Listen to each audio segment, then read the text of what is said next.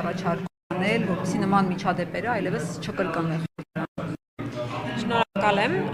Ես եմ ասել, որ խիստ դատապարտում եմ Անդրանիկ Քոչարյանի վարքագիծը ձեր նկատմամբ, ծրագրողի մասնագիտական գործունեությունը խոչընդոտելու իր քայլերի համար,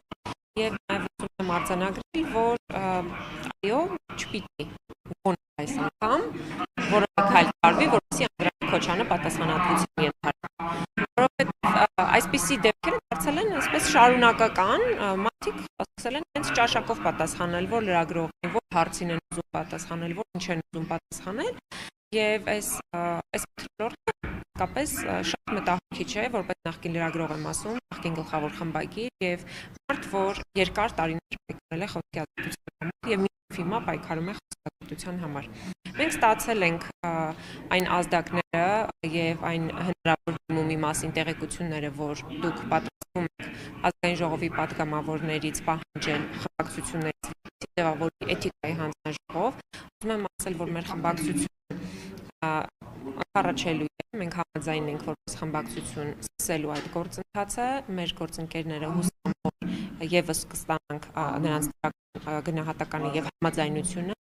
եւ ի վերջո կոնկրետ դեպքի վերաբերյալ կձևավորվի ժամանակավոր էթիկայի հանձնաժողով, որը կտա եզրակացություն Անդրանիկ Քոչարյանի վարքի վերաբերյալ։ Այն, որ Անդրանիկ Քոչարյանի վարքագիծը բացարձակապես չի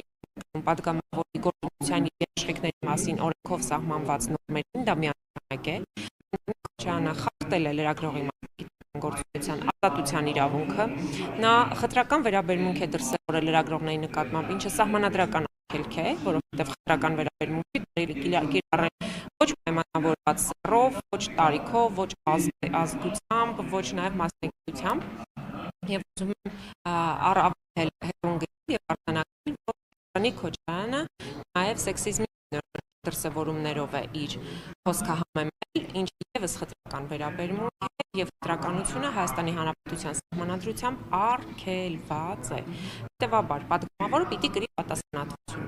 Եվ թե իշխող խմբակցությունը ուզում է այդ խարանից ազատվել, ուզում է իսկապես պատասխանատվության տակ չմտնել,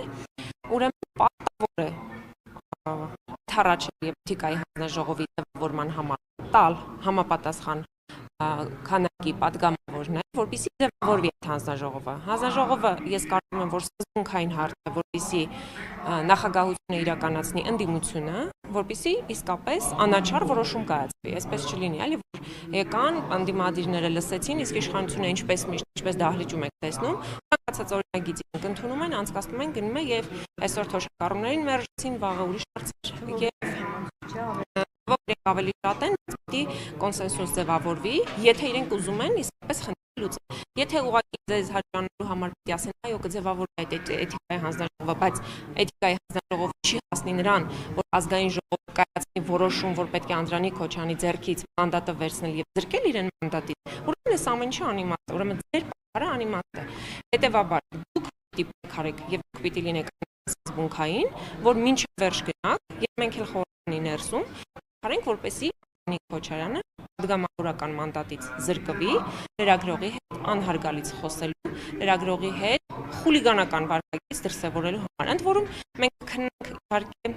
մի դրագը կոնկրետ ձեր դեպքով Ռիփսի մեջան, բայց մենք հո տեսել ենք Անդրանիկ Քոչարյանի վարմունքը լրագրողների նկատմամբ եւ դա պիտի լինի ազդակ նաեւ այն բոլոր պատգամավորների համար, ովքեր որ իրենք որոշում են, թե որ լրագրողի հարցերին կարելի է պատասխանել կամ որ հարցերին կարելի է պատասխանել, որին ոչ։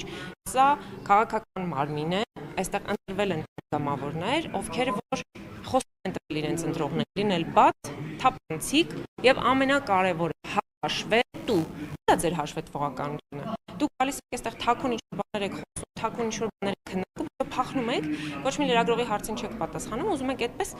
ձևավորել ինչ, թե իբր դուք տենց շատ ուժ գործ եք անում, եկել եք գործի։ Ես որ կադրը նայում եմ, այսպես դուք անընդհատ մարդկանց հետից վազում եք, դա նորմալ չի։ Դա նորմալ չի, որովհետեւ պատգամավորը պիտի հարցի չորոշի իշխանությանը։ Տիկին Թովմասյան, ԿՊԱ-ականները ասում են, որ առաջարկ է եղել մշտական ժողով ստեղծել էթիկայի, ընդդիմադիրներն են դեմ եղել։ Այսպես թե ասում են, հիմա ոնց հասկանանք, ինչից այս կողմից սկսենք ստեղծել, որովհետեւ եղել է որ իշխանական ԶԼՄ-ների նկատմամբ է եղել ոչ բարեհաճ վերաբերմունք, ու այդ դեպքերով չեն ստեղծում։ Նայեք, եթե ասում են քաղաքականները, իրենք ոչ մեկ իրենց չեր արգելել որևէ դեպքով ձևավորել էթիկայի հանձնաժողով։ Հիմա մենք կոնկրետ ունենք կոնկրետ ունենք դեպք, ուզում ենք ընդհանրել այդ դեպքին։ Հիմա այո, ես համաձայն եմ, որ պետք է 161 լրագրողի ստորագրությունը պետք է հարգել եւ ձևավորել էթիկայի հանձնաժողով։ Եթե չեն արել օրինակ մինչ այս երբ ազգային ժողովի նախագահը քեց քաղաքացու ու մնաց անպատիժ, դա խնդրեմ է։ Եթե չի ձևավորվել մինչև հիմա էթիկայի հանձնաժողով, որպեսզի քններ իշխանական խմբակցության վարքը,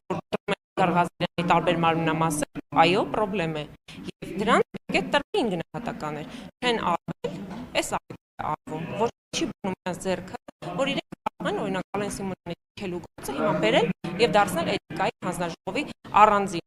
քննարկման առարկա, որովհետեւ օրենսդրությունը ասում է կոնկրետ հարցի վերաբերյալ ձևավորվում է ժամանակավոր հանձնաժողով եւ տալիս կոնկրետ հարցի վերաբերյալ եզրակացություն։ Համամասնությունը պիտի լինի այնպես, ինչպես ներկայացված են ազգային ժողովում։ Էթիկայի որպեսզի Անդրանիկ Քոչյանը զրկվի մանդատից, անհրաժեշտ կլինի ազգային ժողովի որոշում։ Որոշումը ընդունվում է 54 մոտավորապես ձայներով, այսինքն 54 պատգամավոր պիտի քվեարկի համոզմունքով, որ լրագրողների հետ կարելի պահել խուլիգանի պես։ Ելույթ ունեմ, եթե կա բազա։